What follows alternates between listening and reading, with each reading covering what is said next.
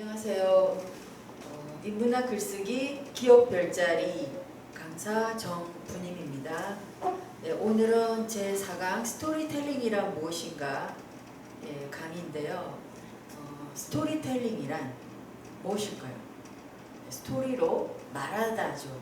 그러니까 이야기를 전하다, 이야기를 말하다인데요. 네, 이 스토리텔링이 굉장히 많이 쓰여지고 있어요.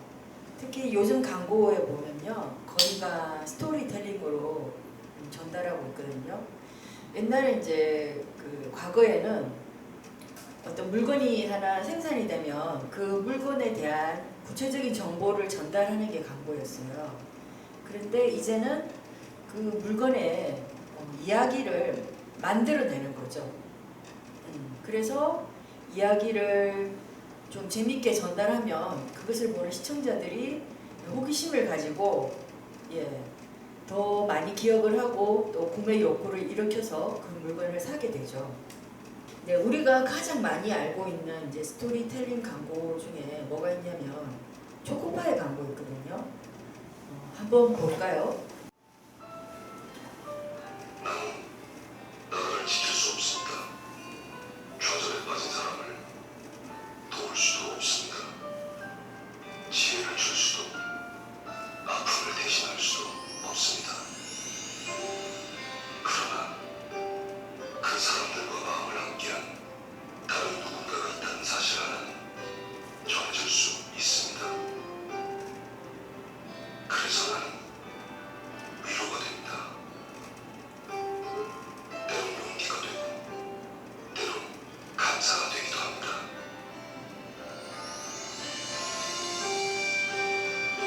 오늘도 누군가가 다시 미소 짓고 힘낼 수 있도록 이 땅의 모든 사람들과 마음을 나누는 나는 당신의 정입니다. 네, 어떤가요? 초코파이 광고에서 나가 나오죠. 이 나는 누구였죠? 네, 정을 전해주는 초코파이였어요.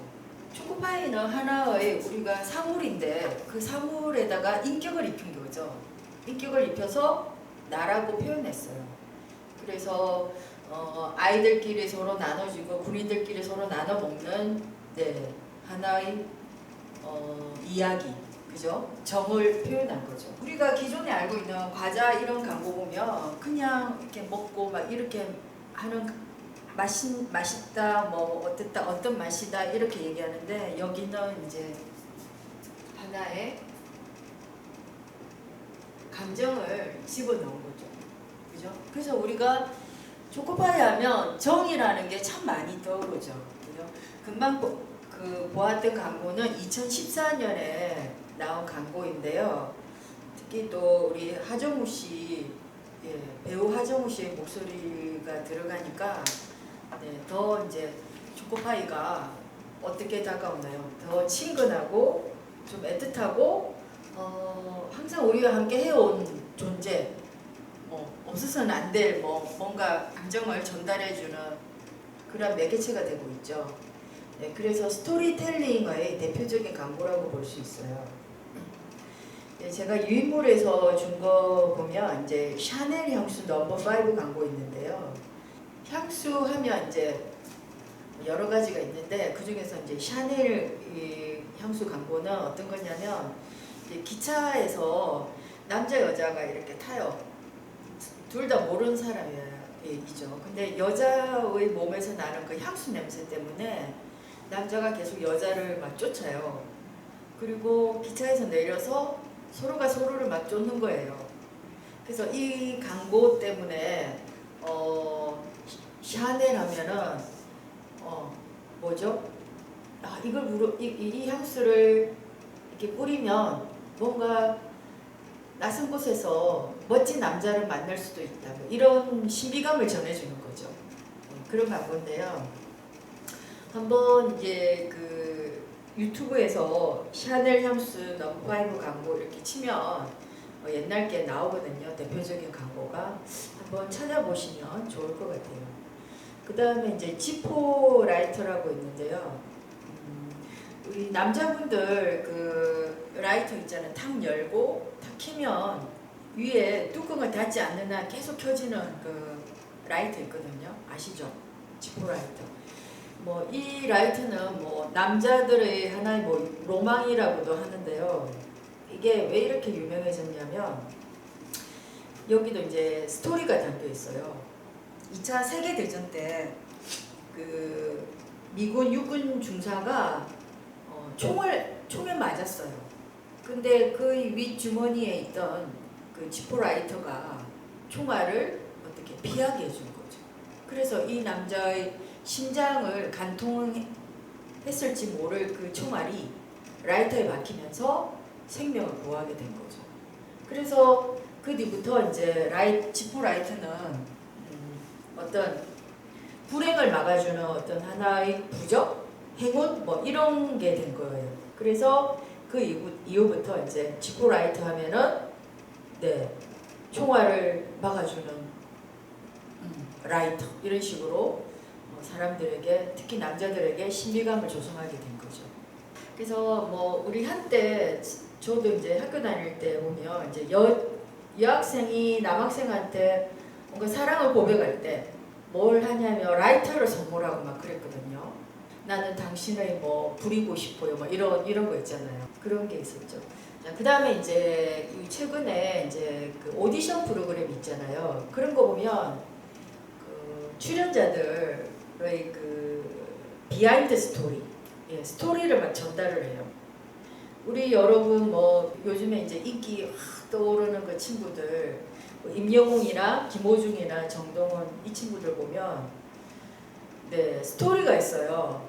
아 얘네들이 상위권에 진입할 것 같다. 그러니까 이 제작진들이 임영웅의 스토리를 이렇게 들려주기 시작했어요. 그 다음에 정동원 그 어린아이잖아요. 그 정동원 그 아이는 어릴 때 엄마 아버지가 이혼을 하셨어요. 그래서 할아버지가 이 아이를 케어를 하셨는데 노래대회도 많이 데리고 가고 또 노래 불러보라고 많이 격려를 해줬어요. 그래서 정동원 이 아이가 트롯에 정말 재능이 있구나 이렇게 여기게 된 거죠. 근데 이제 그 미스터 트롯 하는 동안 할아버지가 이제 돌아가셨죠. 그죠? 그러면서 하나의 애틋한 스토리로 인해서 사람들이 그 아이랑 정동원이랑 그 아이를 보면서 할아버지를 연상시키고 또 그래서 이 아이가 부르는 노래에 뭔가 그 그리움과 외로움과 한이 담겼구나 그렇게 여길 수가 있죠. 그런 스토리를 자꾸 들려줌으로 해서 사람들이 노래만 듣는 게 아니라 이야기가 입혀지니까 더 재밌는 거예요. 더 호응을 일으키게 되고. 그래서 요즘 모든 오디션에는 조금 이제 남들과 다른 특별한 이야기를 가진 사람들을 어떻게 하죠? 부각을 시켜요. 노래만 들려주는 게 아니라 노래와 함께 이야기를 함께 보여주는 시대다라고 할 수가 있습니다. 그 다음에 이제 게임도 있는데요. 요즘에는 스토리가 다 입혀져 있어요. 이 어린이부터 어른까지 좋아했던 그 게임이 있는데 동물의 숲이라고 있는데요. 또 이건 뭐냐면요. 주인공이 게임을 하는 그 당사자예요.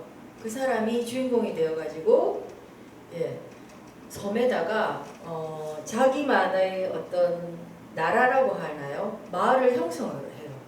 내가 건설을 하는 거죠. 동물원도 세우고 놀이공원도 세우고 캠핑장도 세우고 마음껏 할 수 있는 거예요. 그런 것들을 만들 수 있는 그런 게임 스토리더라고요. 그래서 와 이거 뭐 이런 게임 정도면 엄마들도 이거 하는데 창의력을 무한정으로 키울 수 있겠구나 이런 마음도 혹 들 수 있게 하더라고요. 그래서 엄마들도 이 게임은 내가 알던 게임이랑 좀 다른 것 같아 이러면서 사주게 되는 거죠. 그 비싼 걸. 그래서 이제는 맞아요. 스토리텔링 시대예요. 누가 어떤 스토리를 어떻게 표현해내느냐 얼마나 재미있게 얼마나 각색 있게 표현해느냐. 그걸로 인해서 상품이 팔리고, 그죠? 또 자기 인생을 설계하고 자기 미래를 또 펼쳐보고 이렇게 되는 거죠. 그래서 스토리텔링이 어마어마하게 중요하다. 그 얘기를 하고 싶습니다. 자, 그 다음 거는 이제 제가 좀 지어낸 거예요. 예, 저도 스토리텔링을 한번 해봤습니다. 자, 라볶이 아시죠?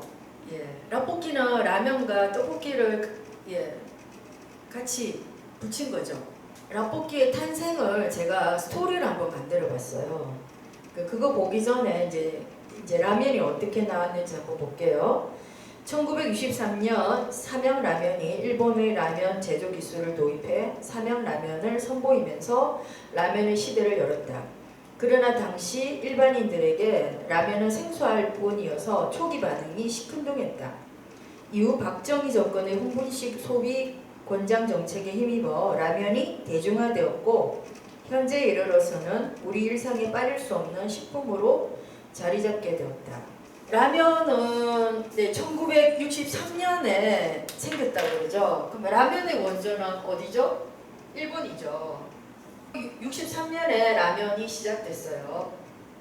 그럼 저는요, 뭘 했냐면 라볶이에 대해서 제가 스토리를 한번 만들어 봤어요. 라볶이 스토리. 자, 제가 만든 거 볼게요. 아버지는 1963년에 태어났다.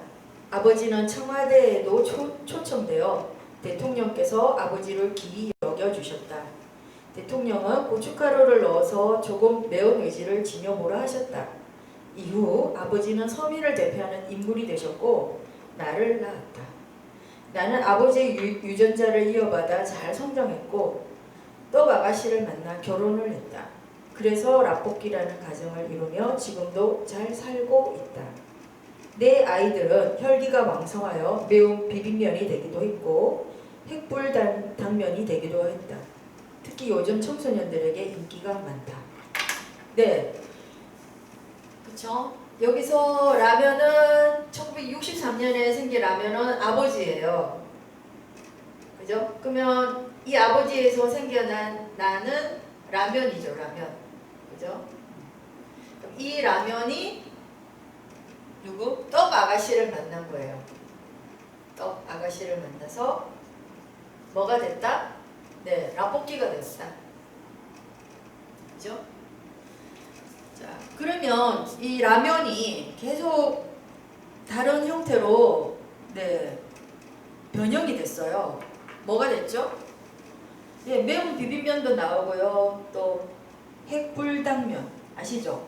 예, 저는 이거 먹으면 입이 완전히 활활 타오르는데 요즘 아이들은 굉장히 잘 먹더라고요. 예, 그렇게 변화되어서 어떻게 되었다? 라볶이가 만들어졌다. 그래서 저는 라볶이를 스토리텔링으로 한번 만들어봤어요. 자, 그 다음에 이제 혜민 스님 아시죠? 예, 작가이시면서 되게 또 잘생기셨는데 이분은 그랬대요. 승려가 된 이후 가장 고민이 되는 일이 있었다. 라볶이에 어묵이 있으면 어묵을 먹을지 말지 고민했다. 생선과 관련 있어 고민하다가 몰래 먹는다. 네, 혜민 스님이 라볶이를 좋아하시는데 그 어묵이 있잖아요. 어묵에 생선 들어있는데 원래 그 살생이 금지되기 때문에 육류나 생선류 이런 거는 안 먹는다고 하죠, 스님들이. 그런데 그냥 몰래 먹는다고 이렇게 실토를 하셨네요. 이 혜민 스님의 이 입장을 이걸 제가 또 스토리텔링화 해봤거든요. 한번 보겠습니다. 엽기 떡볶이 배달 왔습니다. 떡볶이에 오뎅이랑 소세지가 들어있다. 혜민 스님은 떡과 오뎅을 한꺼번에 집어 먹는다. 동자가 얘기해요. 스님 맛있죠? 그래, 맛이 좋구나. 너도 많이 먹어라. 그런데 스님, 오뎅에는 생선이 들어있는데 왜 드시나요? 여기에 오뎅이 있었느냐? 모두가 빨겠어. 무엇이 떡인지 오뎅인지 구분이 안 가는구나. 스님, 이렇게 둥글고 길쭉한 것은 떡이고 이렇게 넓적한 것은 오뎅인데요? 어허, 그 녀석 예민하긴. 내가 떡이라 하고 먹으면 떡이요, 오뎅이요 하면 오뎅인 것이니라. 모두가 마음먹기에 달린 것이니라. 자, 이렇게 제가 한번 이 혜민 스님이 어묵을 먹을까 말까, 그죠? 네, 저는 오뎅이라고 표현했는데 사실은 어묵이라고 해야 되죠. 어묵을 먹을까 말까 하는 그 장면을 제가 하나로 드라마 형태로 만들어 봤습니다. 여러분도 이런 상황들을 이렇게 한번 만들어 보시면 재밌어요. 그 다음에 이제 중2 국어 교과서에 보니까 한글의 창제 원리 세종대왕을 만나다 이런 게 실려 있는데요. 여러분들이 학교 다닐 때도 마찬가지고 저도 학교 다닐 때 우리 훈민정음이 어떻게 생겨났는지 뭐 하는 글이 있잖아요. 뭐 나라 말씀이 중국과 달라서 뭐 이루고자 할 바가 있어도 못할 놈이 많으니라 막 이런 식으로 나오는 거 있잖아요. 그것을 어떻게 했냐면 스토리화해서 이제 세종대왕이 들려주는 거예요. 그래서 저기 하늘나라에 있는 세종대왕님을 끌어옵니다. 한번 볼게요. 학생 1위. 세종대왕님, 한나라의 군주가 직접 글자를 만든 것은 특별한 경우라고 하는데 세종대왕님께서 한글을 만드실 거는 무엇인가요? 학생들도 알고 있겠지만 한글을 만들기 전에는 우리말을 표기하는 글자가 없어서 중국의 글자인 한자를 빌려 쓸 수밖에 없었어요. 그러나 우리말과 중국어는 말소리와 문장 구조가 달라서 한자로 우리말을 표기하는 데는 근본적으로 한계가 있었지요. 정말 그랬겠네요. 다른 나라의 문자로는 우리의 생각을 자유롭게 표현하기가 어려웠을 것 같아요. 더욱이 한자나 글자 수가 수만 자 이루잖아요. 이를 모두 익히는 것도 쉽지 않았겠어요. 그렇지요. 양반이 아니고서야 그 어려운 한자를 배울 기회가 없었지요. 특히 가난한 일반 백성은 온종일 일하느라 한자를 배울 시간조차 낼 수 없었어요. 그러다 보니 백성 대부분이 글을 읽지 못했고 그 때문에 억울한 일을 당하는 적도 많았어요. 자, 이렇게 이제 세종대왕과 학생이 만나서 직접 이렇게 이야기를 주고받으면서 왜 만들었는지 얘기하고 있죠. 왜 만들었다고 하죠? 네, 백성들이 억울한 일을 당하는 경우가 있대요. 글자를 몰라서. 그래서 그런 억울한 일을 풀어주기 위해서 뭐 백성을 사랑하는 마음 때문에 훈민정음을 만들었다고 합니다. 옛날에 이제 그 나라에서 방이 붙이면, 그러니까 요즘 같으면 공지사항, 공고문이죠. 한문으로 되어 있으니 일반 백성들이 못 읽는 거죠. 그럼 몇월 며칠 몇 시까지 20세 남자들은 어디로 와야 된다. 안 오면 이러이러한 벌을 받을 것이니라. 이걸 한문으로 적었다고 봐요. 그러면 그걸 몰라서 기한을 놓쳐서, 그죠? 벌을 받을 수가 있겠죠. 그런 일이 아주 허다하니까 세종대왕이 직접 한글을 만드신 거죠. 그래서 일반 이제 양반들을 위한 게 아니라 누구를 위해서? 예, 백성을 위해서 내가 한글을 만들었다는 거죠. 그 다음에 이제 3페이지에 이제 백석의 시인데요. 여승이라는 시입니다. 자, 이 시는요, 제가 읽지는 않겠고요. 먼저 이제 2연부터 보셔야 돼요. 2연에 평안도의 어느 산 깊은 금전판, 나는 파리한 여인에게서 옥수수를 샀다. 여인은 나으린 딸아이를 때리며 가을밤같이 차게 울었다. 자, 평안도였어요. 금전판이 뭐냐면 광산이죠. 광산에서 나는 아주 연약한 여인한테서 옥수수를 샀는데 그 여인은 어린 애를 이제 이렇게 등에 업고 있었나 봐요. 그죠? 그러면서 울지마 이러면서 막 때리면서 엄마 이래야 될 거 아니야 이러면서 한 거죠. 그랬는데 이 여인의 사연이 뭐냐면 남편이 어디로? 예, 일하러 나간 거예요. 일하러, 그죠? 그런데 돌아오지 않는 거죠. 10년이 지나도 안 돌아오는 거죠.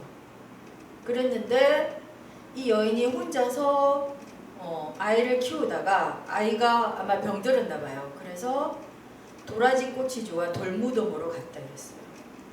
예, 아이가 떠난 거죠. 그러면 이 여인은 남편도 없고 또 딸아이도 없는 거죠. 그럼 이 여인은 희망이 없는 거예요. 그죠? 먹고 살기도 힘들고 남편은 오지도 않고 그래서 이 여인은 끝내 절에 가서 여승이 됩니다. 그래서 머리를 자르는 날 어떻게 눈물을 줄줄줄 흘리는 거죠. 그러니까 한 여인의 서러운 삶을 얘기하는 거죠. 옛날에 우리 어르신들이 그런 얘기 하잖아요. 아휴, 머리 깎고 중이나 됐으면 좋겠다. 중이나 되어버릴까 이러잖아요. 근데 지금요 스님 되려면 있잖아요. 나이 제한이 있어요. 예, 40세 이상은 못해요. 여승이 될 수가 없어요. 그리고 이제 여승이 되고 나서 1년으로 볼게요. 여승은 합장하고 절을 했다. 가지치의 냄새가 났다. 쓸쓸한 낯이 옛날같이 늙었다. 나는 불경처럼 서러워졌다. 그러니까 나는 이 여승을 지금 현재 만났어요. 만났는데 이 과거에 이 여인은 내가 만난 적이 있어요. 어디에서? 광산터에서 만난 거예요. 그 광부들을 상대로 이 여인은 옥수수를 팔았어요. 그리고 그때는 어린 딸아이가 있었는데 이 여인이 딸도 잃어버리고 남편은 돌아오지 않고 결국 절에 가서 여성이 되었다는 거죠. 속세에서는 더 이상 희망이 없고 앞날이 보이지 않기 때문에 이 여성은 그죠? 중이 될 수밖에 없습니다. 그래서 이렇게 시를 이야기로 만드는 거죠. 우리 시 보면 노래처럼 부를 수 있는 시도 있지만 또 이야기처럼 만들 수 있는 시가 많거든요. 그래서 옛날에 이야기가 담긴 시를 서사시라고 그랬어요. 이야기가 담겨 있는 거죠. 시도 이야기가 담겨 있으니까 어떤가요? 좀 더 뭉클하고 애틋함이 있죠.